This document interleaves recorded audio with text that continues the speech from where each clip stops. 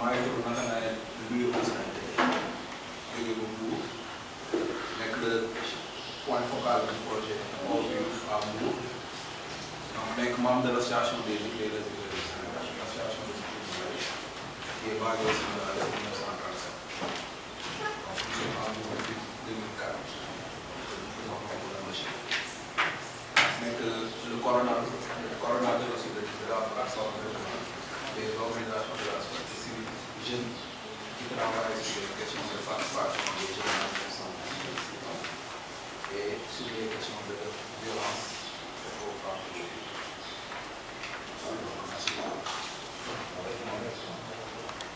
La coordonnatrice de la commission de l'association des polyglottes. Je suis en même temps l'adjointe du coordonnateur de la plateforme régionale.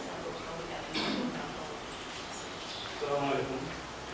maa ngi tudd Amadou Ousmane Diack nekk président association des relais polyglottes. Voilà, salaamaaleykum Moussa Diop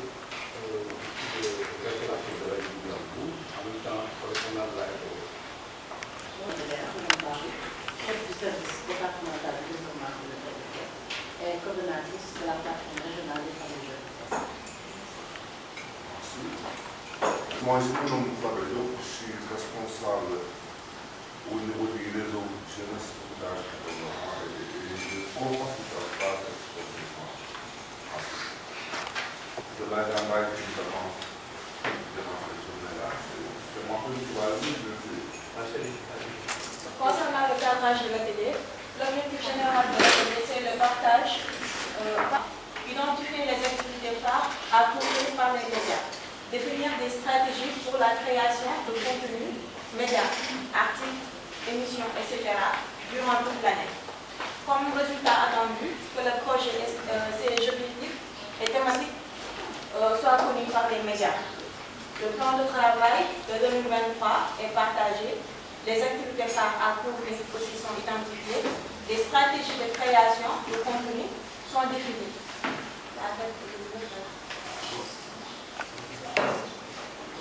Alors, mot de bienvenue est formulé par le staff de l'AFP, coordonnatrice de la plateforme régionale. Partage des objectifs de la rencontre, présentation du projet ORYUF. Après l'agenda, la coordonnatrice, le coordonnateur va présenter le programme. Pause café, je pense qu'on l'a déjà fait. Présentation du plan d'action 2023. Identifier les activités phares à couvrir, discussion. Les points focaux. 13h, 13h, 15h, pause déjeuner. Après cela, nous allons réaliser des travaux de groupe sur les stratégies de création de contenu médiatique, la restitution. À le point focaux, 16h45, 18h, prochaine étape et clôture. La clôture sera par le staff de l'AFP, coordinateur plateforme régionale, le point focaux et aussi les derniers mots des autorités invitées. Merci beaucoup. Merci beaucoup. Pas disant que qui affaire, ce sont des barrières qu'on doit éradiquer. Et je pense que c'est à cause de cela que affaire donc parce que ñenn ñi dañuy mbubb ci ginnaaw culture bi mbubb ci ginnaaw religion bi pour faire certaines choses. Donc ce sont des barrières aussi. Il y a aussi des valeurs culturelles, mais il y a aussi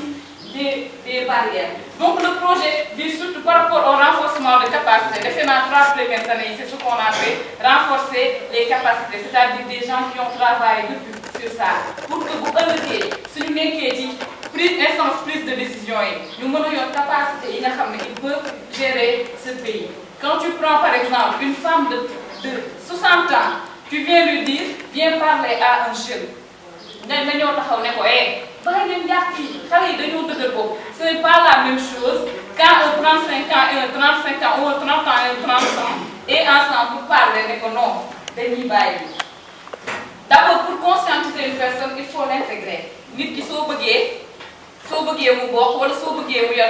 puisse intégrer d'abord ces gens. Il y a l'intégration, on parle surtout de l'intégration par rapport aux décisions qui se prennent sans nous. Voilà. Bien avant que nous soyons là, la plupart d'entre nous. Et je suis sûre que si aujourd'hui il est là, il avait dit que la jeunesse marche du travail. Vous marchez par les pieds, vous marchez par la tête. Mais c'est dû à que nous n'avons pas de repère. Ce repère-là qui nous guide, ce repère-là, comme vous l'avez dit, comme l'a si bien dit aussi madame, qui parfois nous implique dans les décisions. Alors je pense bien que si la jeunesse également avait, par exemple, un travail, le chômage, ça va devenir l'employabilité, il n'allait pas avoir le temps d'aller saccager de la violence, comme l'a dit aussi l'autre. Et je dirais également que c'est, à mon humble avis, que c'est dû à la plupart du temps à la prolifération des réseaux sociaux. Vous savez, les médias ont leur rôle, mais on ne doit pas confondre les rôles des influenceurs à celui des médias. Parce que le média est l'agent de l'information. Il est celui-là à qui cette tâche a été confiée. Donc si aujourd'hui les réseaux sociaux jouent ce rôle, c'est parce qu'il y a un problème fondamental. Je ne dirais pas que les influenceurs ne jouent pas un rôle déterminant dans ce qui est l'éducation de la jeunesse, loin de là, parce qu'il y a des influenceurs qui en tout cas jouent leur rôle dans ce sens. Mais il y a des influenceurs où au lieu d'aider la jeunesse à revenir sur ce qu'ils doivent faire, à revenir sur en tout cas leur responsabilité,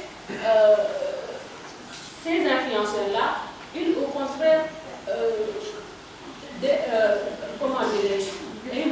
déroulent carrément complètement cette jeunesse-là. Alors, je dirais plutôt que là, dans ce sens, les médias ont plus de rôle à jouer que les influenceurs. Parce que Madame l'a tantôt dit, il fallait davantage inclure, c'est ce que vous avez dit, les réseaux sociaux. Mais je dirais le contraire, parce que les réseaux sociaux, au lieu de donner la bonne information, déforment l'information. Et ce n'est pas le rôle. Voilà. Oui, j'ai compris. C'est ce que j'ai dit. C'est pourquoi j'ai compris. Voilà. Que les gens vont mettre en avant ce qu'on est en train de dire là pour atteindre l'objectif. Pas suivre seulement les réseaux sociaux comme on a l'habitude de le faire, mais que les gens s'impliquent avec des contenus essentiels à l'endroit de donc il faut une formation à l'endroit également de ces influenceurs, tout comme celui des médias. C'était juste une bonne chose. Je vais axer mon intervention sur les mutilations génitales. Parce que aujourd'hui, j'ai vu que le débat s'est amélioré. Parce que moi, j'ai eu à travers le Tostan. Donc, ce que j'ai remarqué aussi est que depuis 1960, c'est comme si on tournait en rond et qu'il n'y a pas d'issue. On a beau sensibiliser, informer, dénoncer, mais jusqu'à aujourd'hui, j'ai vu que vous avez vraiment élargi le débat, vous ratissez large, et en fait, ça c'est un petit compliment, et j'espère qu'avec l'apport des médias, et tous les médias, j'espère que, en fait, à ce 21e siècle, que les choses vont changer. Mais en fait, concrètement, moi je veux vraiment savoir, je vais aller dans le futur, concrètement, je veux savoir comment vous comptez travailler avec les médias locaux.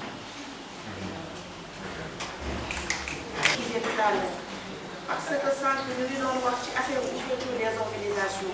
moi je travaille pour le RES, qui est leader en communication. Donc j'ai intégré la plateforme régionale pour peut-être appuyer, en tant que leader, appuyer dans la définition des stratégies de communication pour l'atteinte des deux objectifs du programme. Aussi, concernant les thématiques, il y a certains qui se disaient que les MGF, la région de toutes les thématiques qui sont abordées dans ce programme sont outillées de telle sorte que tey boo demee ci communauté bi am nga nooy waxee ñoom ba ñu adhéré ak yow. Heureusement qu'elle a parlé de l'inclusion ou bien d'une prise de conscience collective.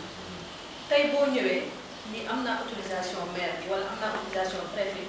bi dëkk bi dinaa fa habilité benn atelier de ce genre au niveau de la municipalité ou bien au niveau de l'espace.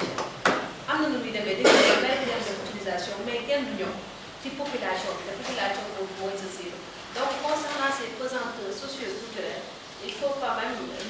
communauté yi ñu leen di lu ñuy waxtaanee ak ñoom pour que mbir yi gën a yomb muy inclusion sociale peut être ñuy wax heureusement c'est une contribution. yaa ngi wax léegi am solo ñu développé le culte là depuis maternelle. Là dañuy wax côté su ko ñëwee côté éducation. ngi xeex ñi ngi ji xale yi léegi dañu kii mais il faut quand même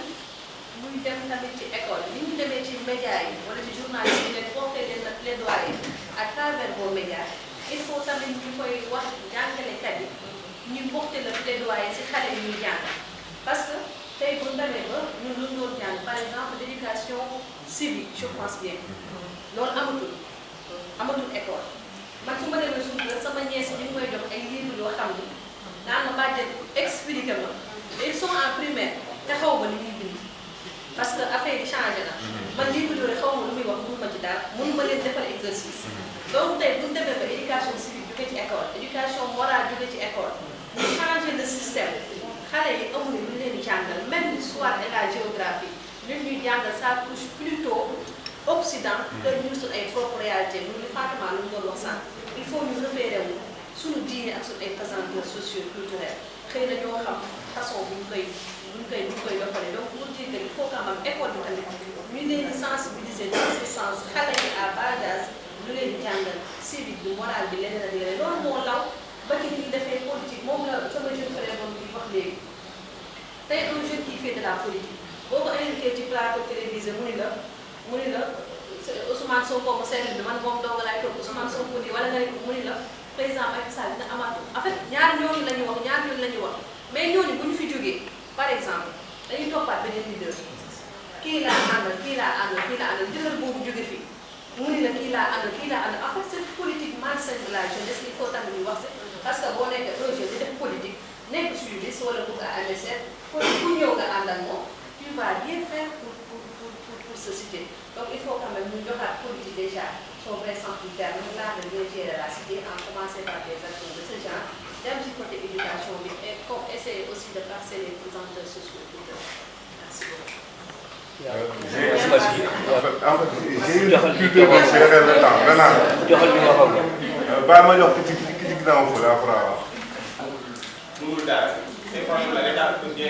élection moo gën a nekk mais je vous dis le village de tourisme du Sénégal am na développement donc suñuy basé wu état dafa yàqu en fait mu nekk gouvernement état ñun ñëpp la parce que ñu xam fan la ñu féete maintenant tantôt ci sélection yi j'ai entendu jeune leader quand on prend que les leaders les autres lu ñuy def les leaders dans quoi bon je ne sais pas comment ñu naan jeune leader parce que quand vous prenez la jeunesse dañu bari un jeune bu taal Auchan moom jàpp ko comme leader il faut comprendre booy li ñu xalaat c'est quoi au juste et qu'est-ce qu'on doit leur apporter parce que nous on a la chance am grand yu ñu dëkk avec une éducation très sévère aujourd'hui c'est très difficile sa doom wala sa jarbaat de tegal une éducation bu sévère qu'est-ce qui se passe parce que moom ñu diggante vous avez bien fait de convier les médias ñoom mën naa ko ñëw au début à la fin tout ce qui se passe dans ce pays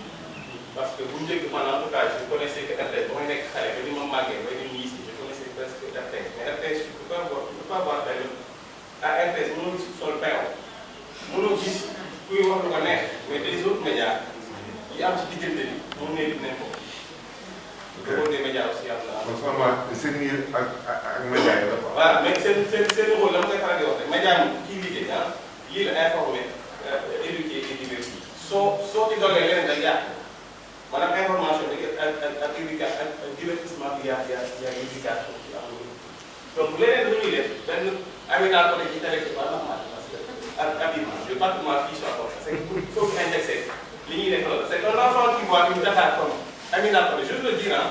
Amina Poté nga bëgg ko tere sol yi alors que elle parle elle fait 2 heures de temps 3 heures de temps ou 4 heures de temps d'émission mais nga ne ko baaxul ñun ba ñuy wax xale ba lii baaxul doo ko gis RTS mais lu baaxul doo ko gis RTS doo ko gis 2S di ko gis Prestige di ko gis feneen mais xale bi mënoo ko gëmloo li baaxul il y a le rôle des médias aussi foofu la aussi bon je pense que la jeunesse tey aujourd'hui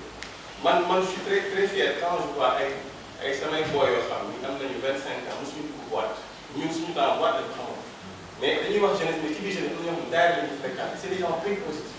mais malheureusement on le montre dans ce pays que la plupart du temps que les tares de la société maanaam jeunesse bi gën a sànni la ñuy wane mais cette jeunesse sénégalaise comparée à d'autres pays yéen ñi nga xam ne grand voyage ngeen xam ngeen ce qui se passe un jeune bon Burkina Faso un jeune congolais tu lui donnes de l'argent pour qu'il va tuer il peut le faire comme ni ko bon c'est-à-dire Sénégal am nañu benn chance boo xam ni mais les limites là, il faut aussi nous mag ñi ñu xool responsable. Quand je suis plus jeune, je dis responsable. Quand j'ai dépassé 35 ans, je parle plus de jeunes. Ñun ñu xool ñun mag ñi, qu'est-ce qu'on a apporté aux plus jeunes? Suñu grand frère yi lañ ñu jàngaloon xamal ñu ko ñun est-ce que ñun réellement ñu ngi koy jàngal suñu rak. Man y a des choses que j'ai jamais osé faire parce que sama grand frère yi ñoo bokkoon nit. Mais aujourd'hui tu peux avoir benn jarbaat nga ne ci kër gi gis ko moom mu ngi osé dugal jigéen ci kër gi yow ba ngay xale sax ko def. C'est-à-dire que on ne sanctionne pas. Déjà quand tu dis que doo wax c'est là où la responsabilité s'en est. Donc cette jeunesse là influence bi ñu am ñu amuñu ko ñun man jàng naa ba am taw ko ba portable mais da ngay nekk xale bu ndaw am portable bi gis loo xam ni sa bàyyi à son âge bi sport aussi je remercie et je félicite les influenceurs dañu def très attention par rapport à cette influenceur mooy la au-delà de li ñuy def c'est du business donc ni ngeen sollicité télé yi dañ fay ay heures d'antenne quand tu dois avoir un influenceur mu liggéey bi da koy parce que c'est du travail du faux influenceur il faut parler ces influenceurs pas il faut du business donc foofu ñoom télé la ñu yor li ñu yor c'est plus que télé c'est plus qu'autre chose donc nañu xam ne bu leen soxlaa aussi il faudra forcément déboucher quelque chose parce que soo soxlawoon télé bi mag da ngay fay soo soxlawoon tey reportage da ngay fay donc ces influenceurs bu leen jàppee ay xale c'est des jeunes très tôt à très bas âge parce que âge bi ñu am dañu koy man je ne parlais pas d'argent aujourd'hui ils cherchent de l'argent demuñu taal demuñu dara xëy na ni ñu koy defee la am ñoo xam dañu koy bëgg donc nañu bàyyi xel un peu influenceurs yi ñuy wax am nañu son beau âge bi fekk ñu nga gëm nag alors ñoo xam dañuy def n'importe quoi bon je parle donc Adamo c'est pas un influenceur je parle pas de ces gens-là je vois des jeunes yu ma xam ñoom Fara Dara ñoom Luc ak des yaay de Thiès là que je vois bien dans les études qu'on a fait l'association de jeunes influenceurs ñun c'est à encourager mais ñu xam ni dans ce processus là on a besoin de li ñoom dañuy business boo ko bëggee wax loo ci mutilation génitale il faut nga xam ne aussi am na leneen lu ñuy business xëy na kër moo ko fay courant nga fay donc c'est des jeunes que je fréquente au école ñu ngi fay seen kër courant ak leneen leneen donc bu ñu leen soxlaa dans ce processus dañuy bàyyi xel l'aspect moyen parce que laaj bi ñuy def c'est de l'argent laaj bi c'est de l'argent donc bu ñëwee toog rek yaa ngi koy am loo ko xaj ci suuf c'est vrai que expérience bu muy découvrir nag d'autres influenceurs qui sont là donc maa ngi déglu ci retard bi c'est des je voulais m'intégrer dans l'équipe de mu jógee job moo tax c'est comme ça que je te parle donc kooku moom copier ci man comment donc ñun influenceurs yi c'est vrai am na ñoo xam ne par exemple defuñu seen liggéey la mu waree parce que li ñu war a def positivement mais dañuy def négativement mais aussi tamit politique da cee am lu ñuy def parce que ñun ñàkk dañ ñu woo ci suuf di ñu proposer xaalis pour ñu def des choses yoo xam ni mooy loolu pour ñu nekk seen côté mais dafa am ñoo xam ne comme ça ñu doon wax Sénégal moo métti te y a des personnes yoo xam ne tey par exemple bu ñu añee du ñu reer du ñu dégg mais pour nga xëcc leen si sa côté dafay yomb man genre boo dugg ci affaire vidéo ay kii yooyu defuma dara dama jàng ba pare defuma dara ba toog sama kër am naa lu fay ma courant fay ma ndox defuma dara mën naa sama téléphone bu baax am naa temps dama doon def rek pour divertir damay jël sama sañse def dugal rek affaire bi testé donc peut-être ñi dañ lay bëgg ci carré bu ñi bëgg la ñu da nga mën a sañse ñi naan loolu moom dugal ci affaire réseau comme foo am benn temps boo xam dama ko ci def mais bu ma dee ba xam ne tey par exemple li may def nii tey par exemple nit ñi ñoo ngi ciy copier nit ñi ñoo ngi ciy bëgg nit ñi ñoo ngi ciy dama ni kat laa dama war a xam fu may taxaw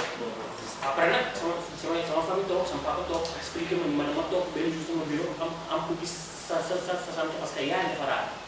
donc bu ñu toogee ci bureau am ku mu ne ko yaa de man dama gis kii yaa la sant mais dafa ma neex dama koy suivre sama papa gisee vidéo bi fa tiit mu ne ko kii sama doom mais gëmu ko pour te dire que ni par exemple tey su ma nekkoon ci vidéo yi ci am yooyu yoo xam ni comme li ngay wax noonu di def yoo xam ni naka suñu noonu la moom du gën fierté est-ce que maa rek mais man parfois dañuy gis benn nit ñuy wax comme maire bi mu wax rek yëg sama bopp mais maire bu toogee ne par exemple bu yor benn comme si comme ni ñu yoree si ñu yor benn TikTok nga xam ne dañuy toog benn jour am 1 million de vues 1 million de vues nga am ci benn jour par exemple maire si wax ci loo xam ni dafa jeunes yi ba pare lancé waat ci message bu bëgg a lancé par force dañu koy xaar man soo bëggee la moom moo leen suivre ci loolu laay dox ba pare boo xaalee samay information yi nga xam moom laa bëgg a joxe mooy sant li ma la wax mooy sant par exemple ci jeunes yi ba nga bëggee ci yow leen di xëcc ci li nga xam moom lañ bëgg ci yow pare nga jaarale say message donc loolu laa bëggoon a faire passer. Merci beaucoup. Donc je me nomme Nathanaël Augustin Tété, je suis membre de l'association des éclaireurs du Sénégal et coordonnateur régional de la plateforme des organisations de la société civile qui travaille sur les questions de participation significative des jeunes dans les instances de prise de décision et sur les questions de violence qui sont faites aux femmes et aux filles. Donc, pouvez-vous revenir un peu sur l'importance des actes. Donc, il est important de rappeler que nous sommes en train de dérouler depuis 3 ans, 3 années, un programme que l'on appelle Projet Power to Youth,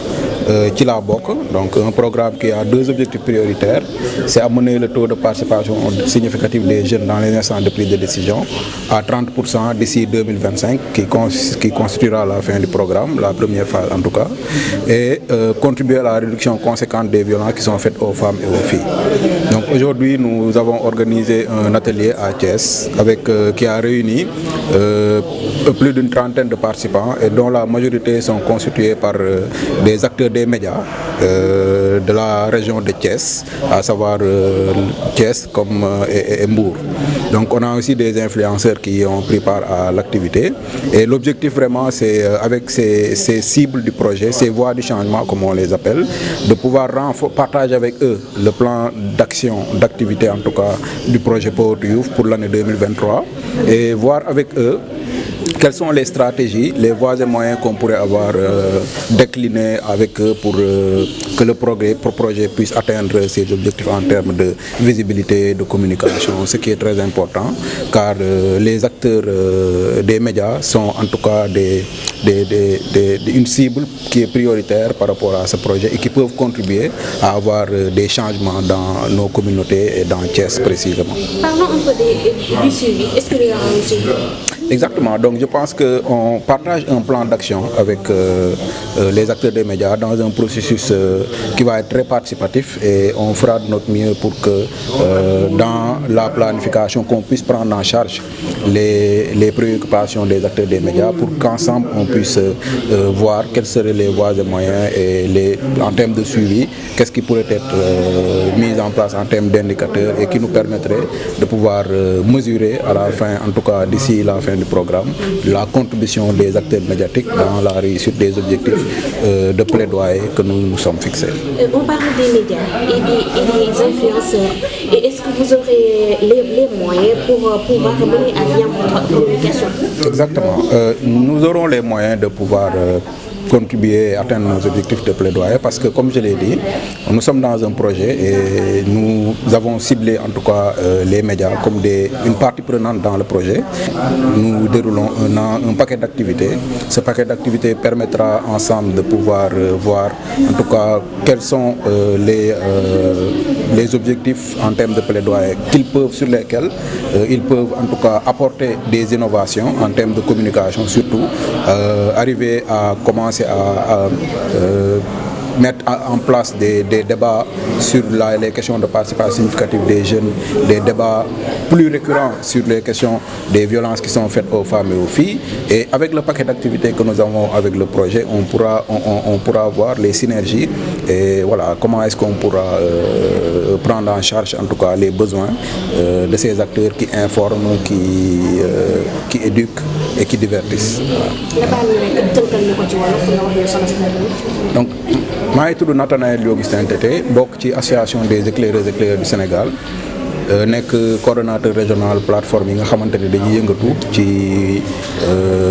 taxawaayu ndaw yi nuñ ko gën a mën a renforcer ci biir instance de prise de décision yi mais aussi ci lépp li nga xamante ne mooy métier yi nga xamante ne nañ koy teg jigéen ñi ak ndaw ñi ñu gën ko mën a wàññi. Donc depuis ñetti at ñu ngi nekk ci région de Thiès ak Mbour di dérouler benn programme bu ñuy wax Power to Youth. Power to Youth ñu tuddee ko ci laa bokk nga xamante ne benn programme boo xam ne dafa am ñaari objectif prioritaire mooy ñu fexe ba limu ndaw yi nga xamante ne dañu war a dugg ci bërëb yi nga xamante ne fa la ñuy nasee dafa nocce mu gën a yokk mais ñu fexe tamit ba li nga xamante ne mooy métti yi nga xamante ne dañ koy teg jigéen ñi ak ndaw ñi teel a sëy yi mariage d'enfants yi en tout cas grossesse précoce yi ëmb yu teel yi ñu fexe ñu gën ko wàññi donc dañu dajale ñooñu tey ñi nga xamante ne ñooy nekk ci médias yi journalistes yi influenceurs yi nekk Thiès ak Mbour ci benn atelier parce que dañu am solo te ñooñu dañoo nekk ñoo xamante ne bu ñu liggéeyee ak ñoom ci cadre projet bii nii dina tax ñu am ay changement yu bëree bëri ay coppite yu bëri yoo xamante ne ci biir Thiès fii projet bi di jeex nañ ko mën a natt xool en termes de communication voilà yan jéego lañ ci def ak yan changement lañ am ak ci jàppandalu acteurs yooyu nga xamante ne mooy les acteurs des médias. ñu wax ci topp gi ndax bu ngeen tàggatee wala ngeen waxtaan ak ñi nga xam ne ñoom ngeen doon seetal waxtaan bi ndax topp gi dina am. exactement moom laa doon wax tout à l'heure donc topp dina am parce que dañu nekk di partager benn plan d'action boo xamante ne dañ koy partager pour ak ñoom parce que dañu bëgg ñoom tamit ñu indi ci seeni gis-gis ñu nasandoo nooceendoo su ko defee ñu mën a fii ak 2025 mën a xam yan jéego la ñu teg ci wàllum taxawaayu ndaw yi ci biir instance de prise de décision yi ak métital yi nga xamante ne moom la ñuy teg jigéen ñi yan coppite lañ ci def ñoom ñi nga xamante ne ñoom ñooy nekk ci médias yi am ay audience yoo xamante ne nañ fa mën a def ay émissions yu bees def voilà ay articles def ay innovation ak mën a wax ci thématique yi nga xamante ne moom la ñuy porter projet te plan d'action bu ñu ko partagé dina tax ñoom ñu mën a wax dan lañ mën a indi ñun tamit ñu won leen li nga xamante ne moom lañ kii soo defee ensemble ñu mën a def topp boobu noonu ba nga xamante ne fii ak 2025 dañ mën a natt lan lañ def wala fan lañ yegg. yaa ngi wax communication boo ko waxee ñëw tudd ña nga xam ne ñoom ñooy influenceurs yi wax itam ña nga xam ne rek ñoom ñooy taskatu xibaar yooyu mbir moom bu amee dañoo njort ne dana am loo xam ne moom lay laaj lu ci mel ne koppar ndax pare ngeen ngir dindi loolu moom la ñu doon wax donc dañoo am benn programme boo xamante ne am nañ financement te suñuy activités yu ci bëri dinañuy soxla ñu am journaliste wala influenceur yoo xamante ne nañ ko teewee pour gën ko fësal que mu doon ci rajo yi que mu doon ci télé yi donc tey jii nii comme ni ma doon wax financement boobu dinañu may ñu mën a teg ci table bi loo xamante ne dinañ ne kaa leen ñu liggéey waaye nii la ñuy liggéey ak yéen mais yéen tamit dina leen may ngeen mën a ne waaye ñu ngi def lii ñun tamit dinañ def lii nañ teg li ci table bi su ko defee wàllum koppar boobu ak wàllum jàpp dinañ mën a tax ñu en tout cas ensemble ku nekk teg dara ci table bi su ko defee ñu mën a xam ne li ñuy wax ni waxu développement dëkk la waxu développement ndaw ñi la waxu développement jigéen ñi la donc ñun ñëpp ñoo ci war a contribuer et comme programme bi am nañu tuuti koppar tuuti financement dinañu mën a may ñu teg dara ci table bi et puis ñoom tamit ñu mën a wax lan la ñu war a apporter fii ak programme bi di jeex. Madame Bakhoum, chef du service départemental du développement communautaire de Thiès.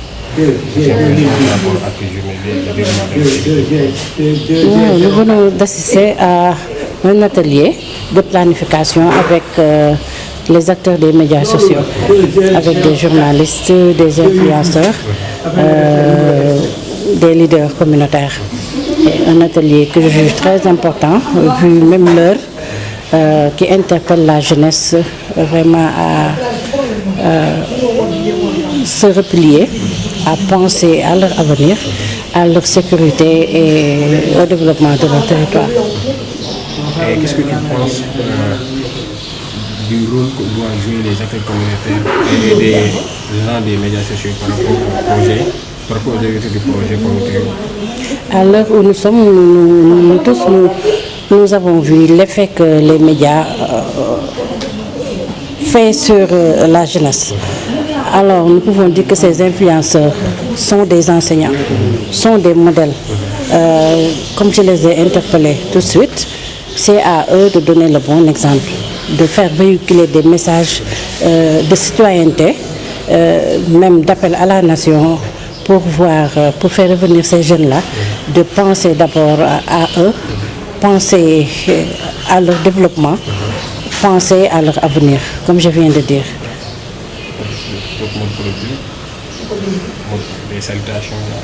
Nous remercions les associations qui sont unies pour parvenir à cela, particulièrement à AMREF, au réseau PopDev, vraiment qui de tout le temps associe le service du développement communautaire à leurs activités. Nous notons une franche collaboration et l'implication de tous les acteurs dans leur activité. Fatima Sow, directrice de publication de e-Révélation, rédactrice en chef de Révélation Magazine et journaliste à Prestige TV. Alors, j'ai d'excellentes impressions aujourd'hui, vraiment, avec cet atelier qui a été organisé avec Power of You, qui consiste à éradiquer un fléau ou bien beaucoup de fléaux qui gangrènent la société. Aujourd'hui, on a eu des échanges par rapport à différents thèmes qui ont été abordés et les échanges, on espère que ce sera fructueux. En tout cas, pour le moment, on est satisfait de la tenue de cet atelier et du fait qu'on nous y ait conviés pour qu'on puisse en prendre part. Quel est l'apport que les médias sociaux peuvent apporter au programme Power of You? Alors, les médias en général ont une mission qui est au début et à la fin de ce processus. Parce que tout le monde sait que les médias qui détiennent l'information détiennent le pouvoir. Et on dit ici que les médias est le quatrième pouvoir après l'exécutif, la législative et bien entendu donc la judiciaire. Donc après ces trois pouvoirs-là, c'est le média qui détient le quatrième pouvoir. Et ça, c'est vraiment énorme. Donc, nous pouvons faire énormément de choses par rapport à ce projet. Et donc, c'est pour cela que aussi aujourd'hui, nous étions réunis aujourd'hui pour parler de ça et éventuellement trouver les canaux idéaux pour pouvoir donc véhiculer les messages pour que la population puisse d'abord comprendre le concept, mais en plus de cela y adhérer pour effectivement une des choses par rapport à cette jeunesse. Vous savez qu'il y a deux thématiques fondamentales qui ont été retenues aujourd'hui par rapport donc à l'insertion des jeunes qui d'ici 2025, ils veulent que 30% des jeunes puissent participer dans les instances de décision. C'est extrêmement ambitieux, comme on l'a dit, mais ce n'est pas impossible. Donc, ils ont abordé le point dans les différents canaux, pour qu'on puisse y trouver une solution, et je pense que ça va le faire. Le deuxième point aussi concerne les violences faites aux femmes et aux filles. Donc, c'est aussi les deux maillons essentiels de la société, ce sont les jeunes et les femmes. Donc je pense qu'ils ont choisi la meilleure approche pour pouvoir donc véhiculer les messages qu'ils ont pour que ce soit bien réceptionné par rapport à la cible. Quelles sont les recommandations que vous faites pour le programme Power of You? Alors pour un début, parce que tout le monde sait qu'effectivement les médias ils sont là pour véhiculer des informations. Actuellement au Sénégal, on assiste à une campagne de désinformation, d'intox et de fake news qui gangrène énormément la vie culturelle, sociopolitique du Sénégal. Donc nous, ce qu'on peut apporter, c'est d'abord aider à véhiculer les bons messages. Et pour ça, ce que nous recommandons, c'est de signer des conventions avec les différents médias qui sont ici présents. Et puis ils feront leur appréciation par rapport au budget qu'ils ont pour la communication, parce qu'effectivement la communication c'est au début et à la fin de tout. Donc je pense que s'ils s'ils signent des conventions avec les différents médias qui sont ici aujourd'hui présents, il peut y avoir des retombées vraiment positives et ça va nous permettre de mieux donc gérer ces activités-là, d'autant plus qu'il y a énormément d'activités qu'il faudrait couvrir, et pour ça, pour la réussite de ces activités-là, il faudrait que les médias s'impliquent davantage. Et je pense qu'aujourd'hui, au terme de cette discussion-là, il y a beaucoup de solutions qui ont été apportées et des recommandations qui ont été faites pour que ces activités soient pérennes et que ces activités aussi réussissent. Bon, en tout cas, courage et force à cette ONG, fondation, quoi qu'il en soit. Donc, Power of You, on est tous preneurs, on est tous intégrés là-dedans parce que nous on est jeunes, on voudrait que le pouvoir nous appartienne et on sait que au Sénégal, 80% de la population est jeune. Donc je pense que les jeunes devraient davantage s'impliquer dans ces instances de décision comme ils l'ont dit. Et pour ça, donc, il faut que ce soit le combat de tout un chacun, de tous les jeunes, y compris nous, acteurs médiatiques, pour que le message puisse passer et que tous les jeunes prennent conscience qu'ils doivent être des leaders pour des lendemains meilleurs du Sénégal.